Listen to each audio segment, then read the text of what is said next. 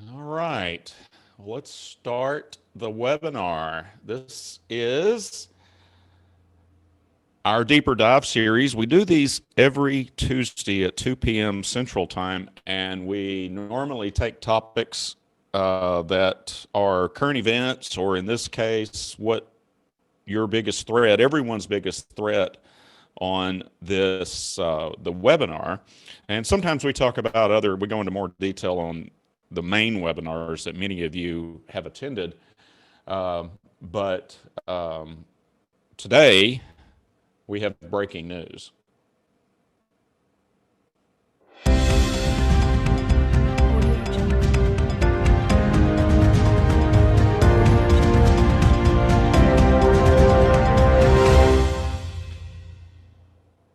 Last night, and well, all night, I had emails, text messages from people I haven't spoken to in weeks or months about this breach in Pinellas County, Florida. And in case you don't know where that is, that's in the Tampa region. And Oldsmar is just east of Clearwater or Clearwater Beach, and right on the very north tip of the bay. I spent a lot of time there, and I can't wait to get to where travel is normal again, and I can spend a lot more time in St. Pete, Tampa region.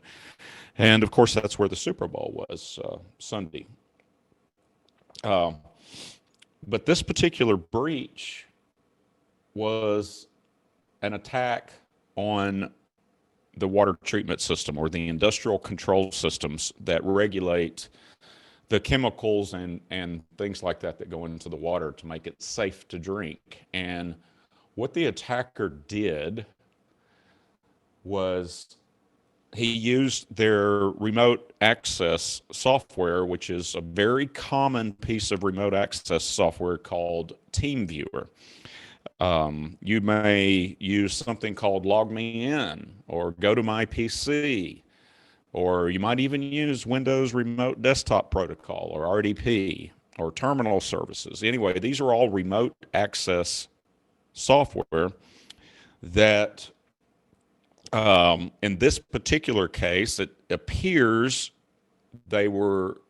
anybody could remote into this one particular PC, or maybe they have more than one, but this particular one, a supervisor who was also remoted in, noticed something unusual about 8 in the morning Eastern, and he didn't think much about it because he thought maybe another supervisor or another water utility employee was also using the system, which already there's some security protocols not being followed. You should never share credentials. You should always have logs to specify exactly who is in a particular system, and administrative controls and things wrapped around all of those things. He just happened to be logged in at about 1:30 in the afternoon, and he saw the mouse moving around, and then the lye or the sodium hydroxide level was increased to the drinking water to be delivered to the residents of this 15,000 population town by 100-fold. And not only is that really, really unhealthy, but it could have caused catastrophic damage to the pipes because lye is very caustic. And, it's kind of like flashbacks from Flint, Michigan, with their water quality problem that caused the pipes to corrode and things like that.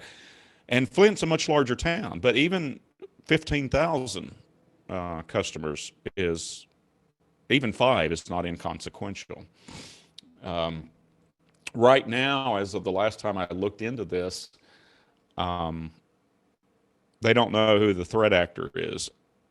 My speculation is that this is probably a not very sophisticated or very experienced threat actor, might even be in the United States, maybe not. And the reason is this. I know where to go on the white web, the good web, the part we all use each and every single day. I know where to go on the web and run a utility, and it shows me all of the services under just whatever range of IPs I want to select. And I can quickly see if it's protected by any sort of security, and if it's not, I'll just access it. It's that simple, a mouse click away.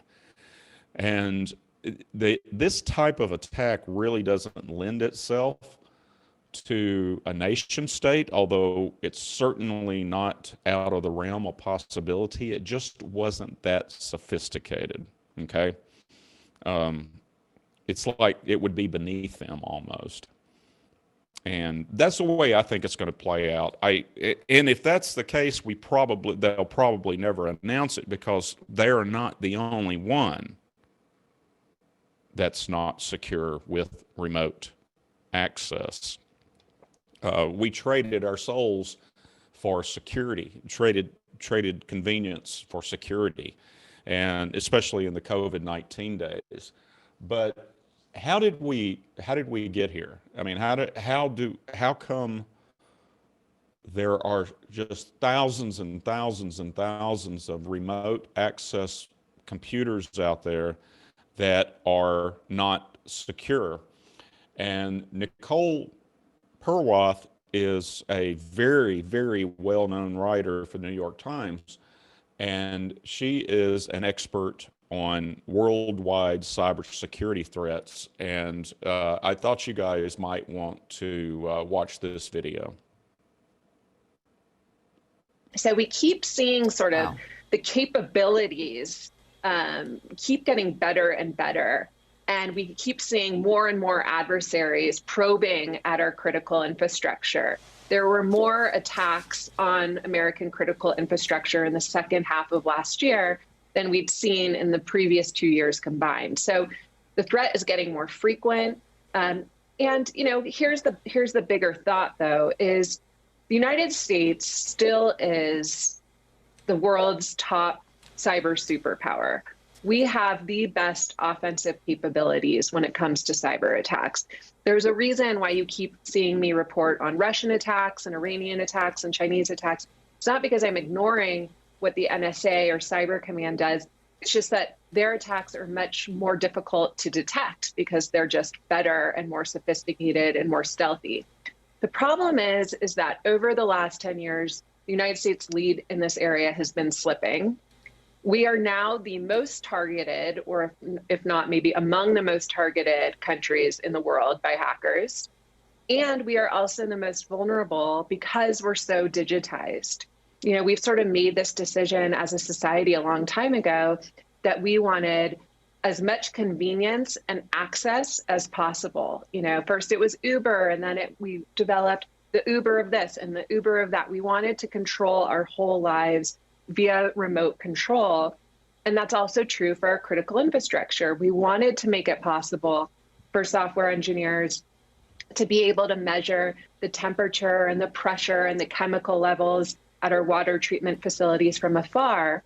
But that same access makes us more vulnerable than most other nation states out there. So we have a big problem here when it comes to defense. She knows what she's talking about. She's been in the cybersecurity reporting world for several years, and coincidentally, her latest book was released today. And I did buy a copy of it because I can't wait to read it, but haven't had time before this. But she dives into the cyber weapons market, especially as it is with government-backed organizations such as the United States Cyber Command, the NSA, and all of that, because the United States has its own cyber warfare. But as she was alluding to, and the attacks on the United States, especially infrastructure, has dramatically increased during the last half of 2020. And a lot of that has to do with COVID. I remember that period in what was it, about end of March or end of February, beginning of March. We set up literally hundreds of remote workforce access for our clients in just a matter of 2 to 3 weeks. Now, we have very specific protocols, processes, and controls. You guys know, but all I do is talk about technical, physical, and administrative controls. So we didn't just turn on TeamViewer or log me in or go to my PC. We've got a very specific way we do it. It has to match our specifications or we will not do it. Things like multi-factor authentication, virtual private network connections, IP restrictions. If this was from outside the country and it truly was an inexperienced hacker, they may not have even known what they were attacking. All they saw was an industrial control system. Now, arguably, since they knew, they could have just been spinning dials, but maybe they did know something about water utilities. Perhaps it was a disgruntled former employee or current employee. But at any rate, it was just easy to attack. And if you're just dealing with an IT company, the security is not job one. Productivity, access, not going down, keep the water flowing. That's job number one. Keep the client happy if you outsource IT. If you have in-house IT and they don't have cybersecurity specialties, once again, that is not their number one priority. Security companies make security itself, information security or InfoSec, the number one objective. Everything else is secondary and everything else is analyzed per risk. And at some point, the head honcho, or many points throughout the entire life cycle of our relationship with clients, the head honcho is always aware of what kind of risk his organization is taking by shortcutting security procedures, such as it's too much hassle to set up multi-factor authentication, or we have no experience with multi-factor authentication. A username and password will be just fine. Or we don't need a virtual private network because you might need to log into the system from McDonald's. Or that would be IP restriction. But we don't want to use a virtual private network for this reason. It increases overhead. It's going to increase expenses and things like that. What many of us, and this has come to the attention of the World Economic Forum, they just met a week or so ago in Davos, Switzerland. Davos, I might be mispronouncing it. I've never been there.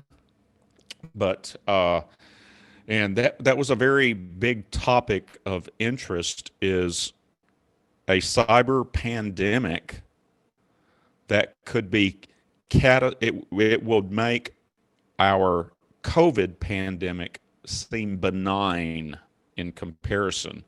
And so the founder and head honcho at the World Economic Forum has a brief video about what he sees as the greatest threat to everyone on the planet, not just U.S. critical infrastructure. It could be financial. As some of you, not everyone on this call is in the water utility business, but it could be finance. It could be law. It could be electrical grids. Our electrical grids are always being probed by adversarial nation states. But let's hear what Klaus here has to say. We all know, but still pay insufficient attention to the frightening scenario of a comprehensive cyber attack, which would bring to a complete halt to the power supply, transportation, hospital services, our society as a whole. The COVID-19 crisis would be seen in this respect as a small disturbance in comparison to a major cyber attack.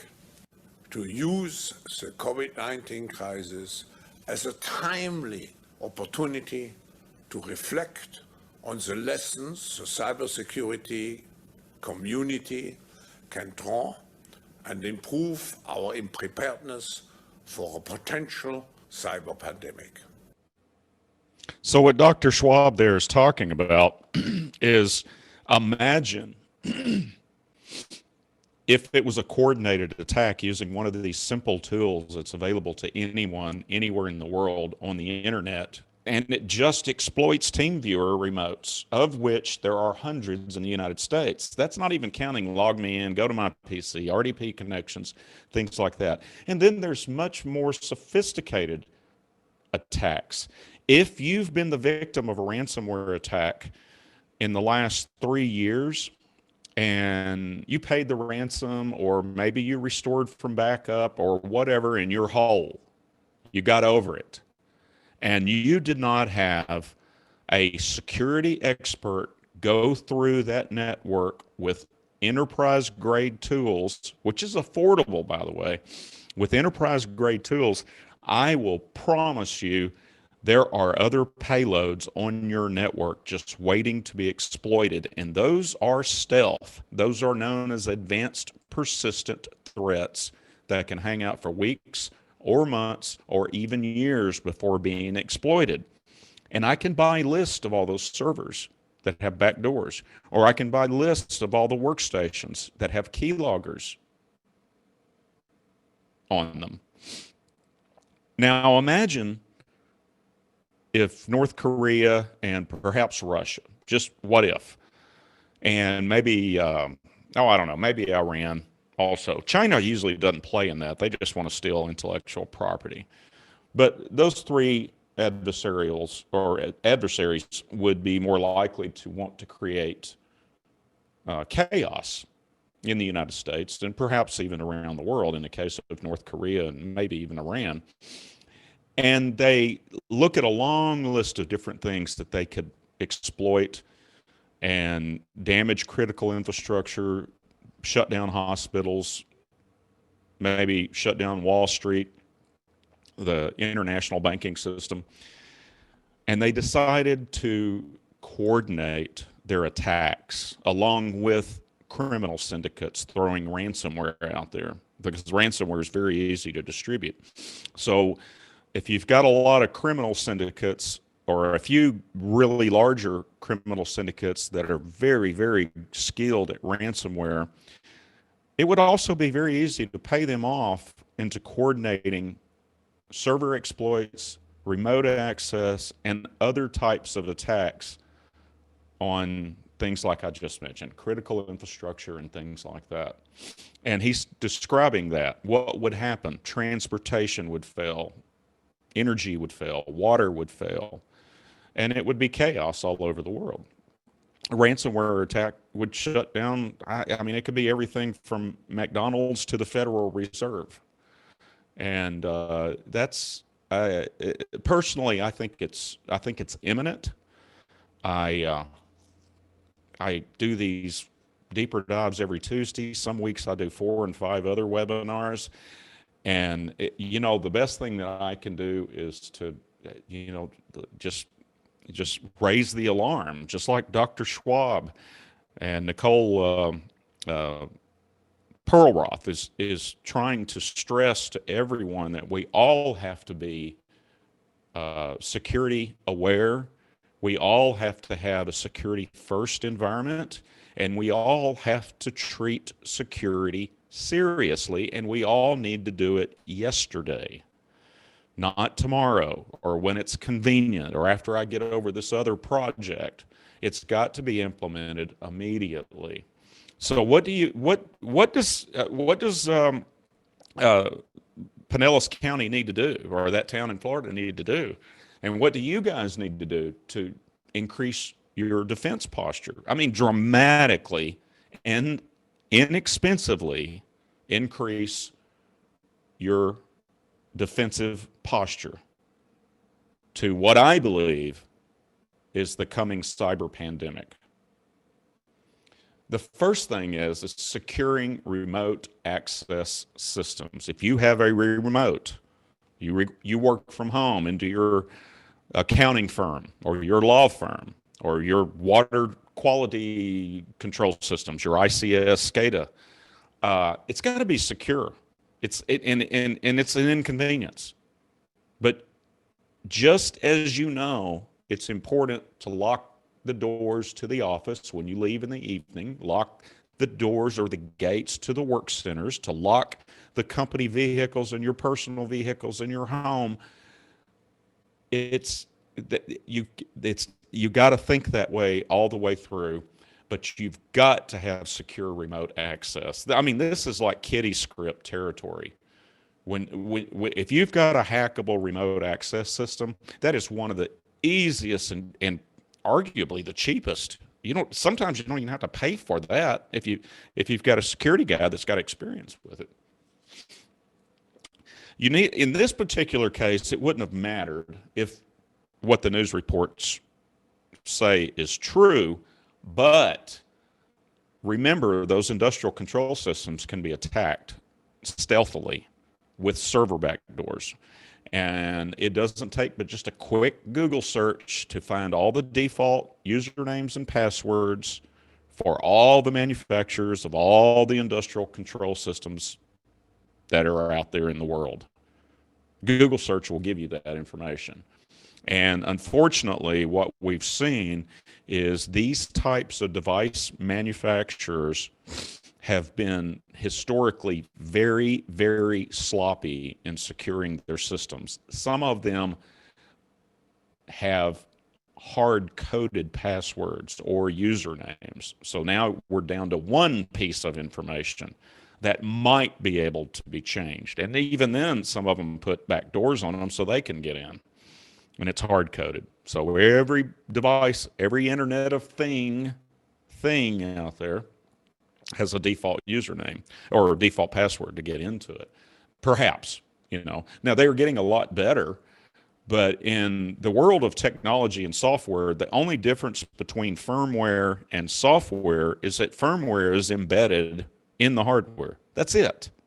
I mean, we can get in the syntaxes of a language, and maybe it's assembler instead of C and all these gobbledygook things that most people don't care about. But ultimately, it's software. That's all it is. And hardware manufacturers have been notorious for failing to secure their devices. And all of you on this call that have industrial control systems have to be aware of that. And you better know the manufacturer, the model, the version number of the firmware that's on there. Is it maintained? Is it up to date? Are there known vulnerabilities? Or you better have somebody that knows enough about security to know all of that information. Because if it's got known vulnerabilities and it's an unpatched system, it can be exploited. Another thing that you need to do is deploy EDR.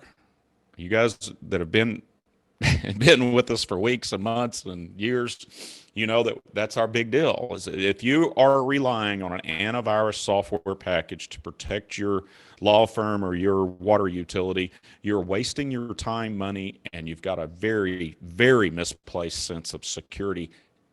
Antivirus is useless against modern day cyber threats.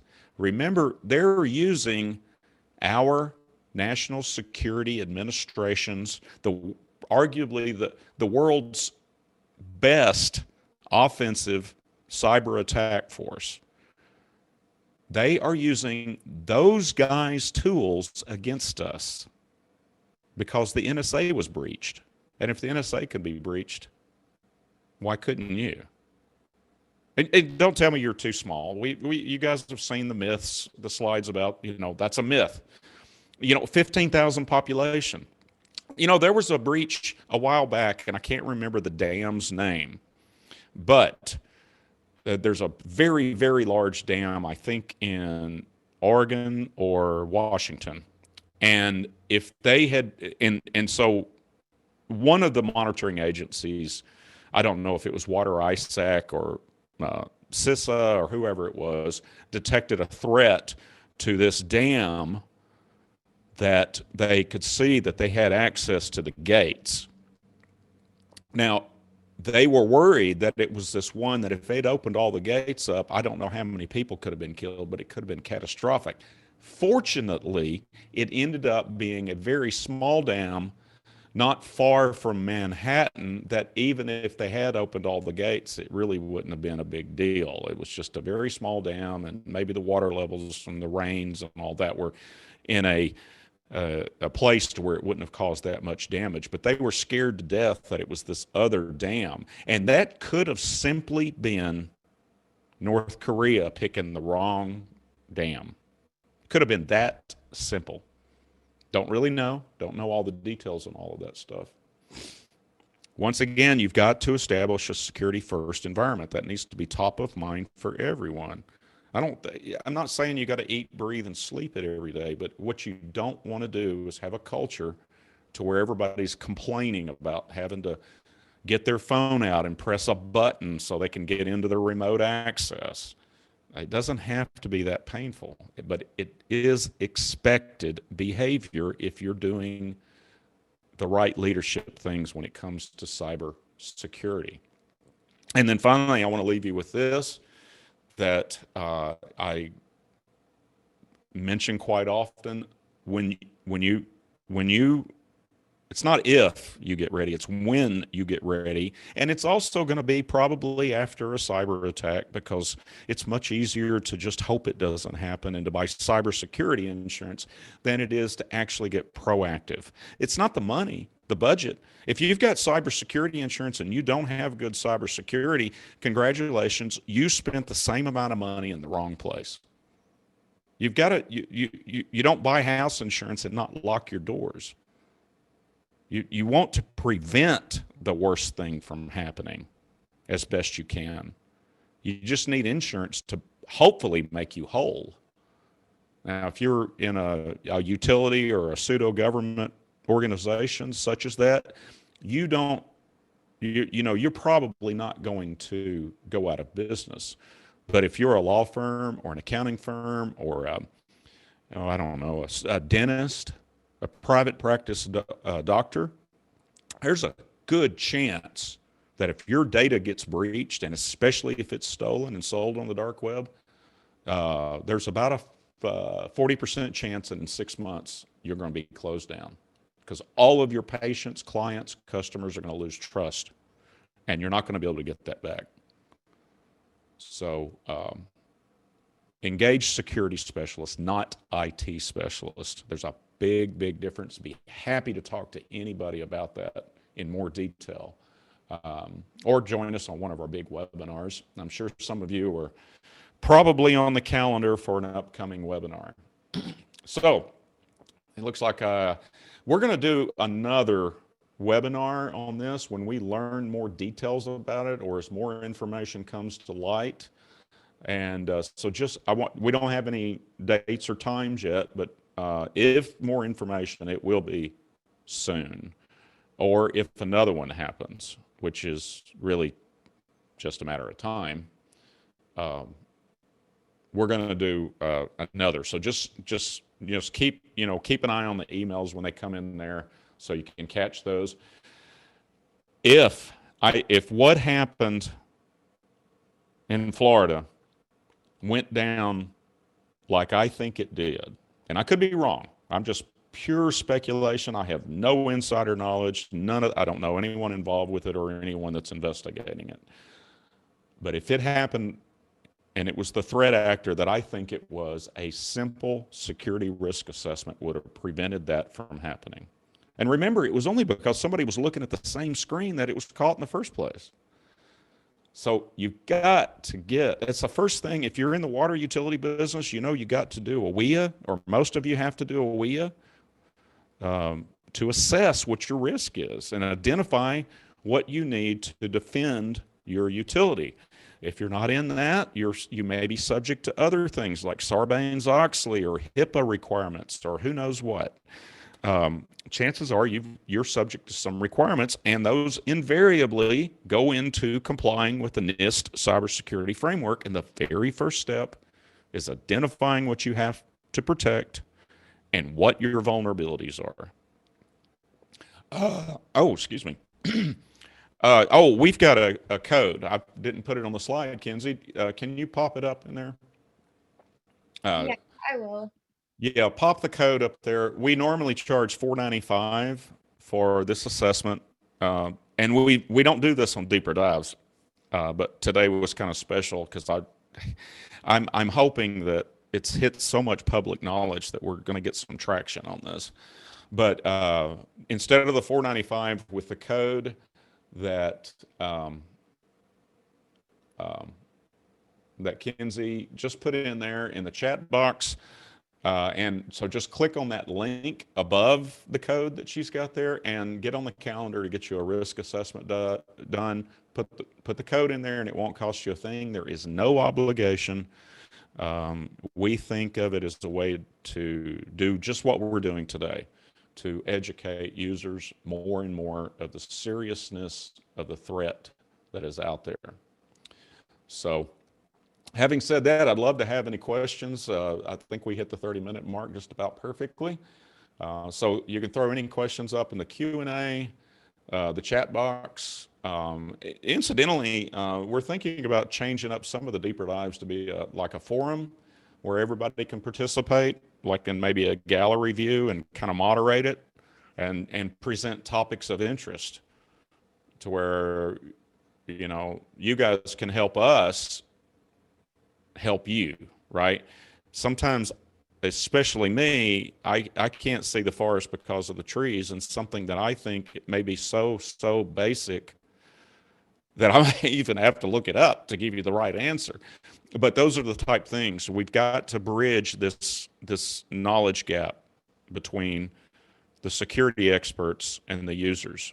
No matter how smart you are, I don't care if you're a research scientist with 3 PhDs. If security is not your specialty, you need a security specialist, a doctor, a lawyer, a water treatment specialist. I would not begin. I didn't even know they put lye in water to raise, I think it's to raise the alkalinity. I think that's what it is. See, I don't know. But I do know cybersecurity. So, lowers the pH to help other chemicals be in the best range to treat the water. Thank you. Thank you, Scott, and enjoy the warm weather while you have it. So I don't think we have any more questions on it. I certainly hope you had your eyes opened, and keep on the lookout for the email about a follow-up to this Florida incident. And thanks again for attending. See you next time.